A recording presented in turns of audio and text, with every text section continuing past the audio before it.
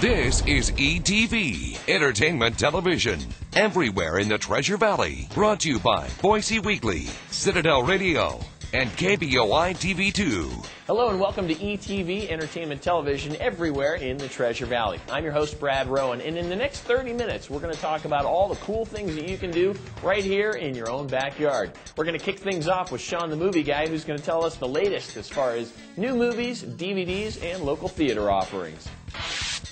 Gentlemen, welcome to Shutter Island. Give you a briefing about the institution. All I know is it's a mental hospital For the criminally insane.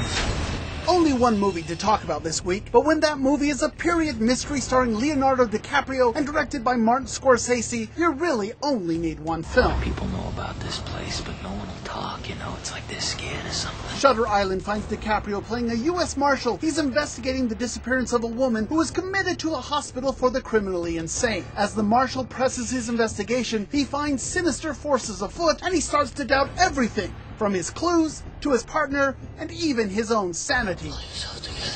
Based on the novel by Dennis Lehane, who also wrote Mystic River and Gone Baby Gone, Shutter Island is a top thriller. It reminds me a lot of an Alfred Hitchcock mystery. For adults looking for a grown-up thrill ride with great visual style, solid acting, and a filmmaker at the top of his game, might I suggest that you book a trip this weekend to Shutter Island. Do understand that they can't let you leave. And that's what's new at the movies this week. I'm Sean McBride, the Movie Guy, for E-TV.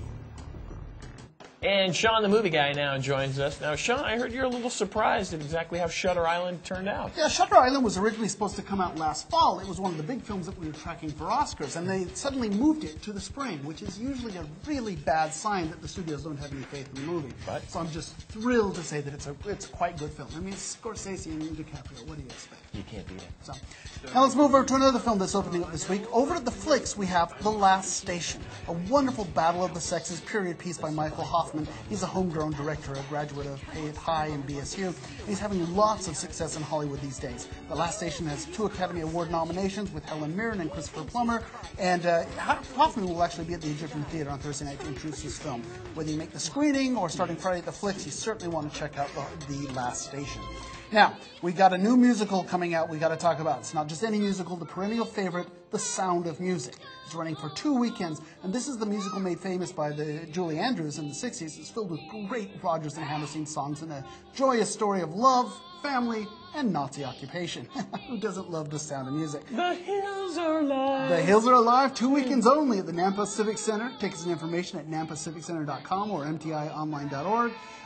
And yeah, just what you're saying there, Brad, who doesn't love that music? Let's sing a little song as we go out. Do you think I have a future in singing? Here we go. Doe, a deer, come on. A female deer. There you go. I'm going to stick with hosting. You want to see better singing? Go see The Sound of Music this weekend at Napa Civic Center.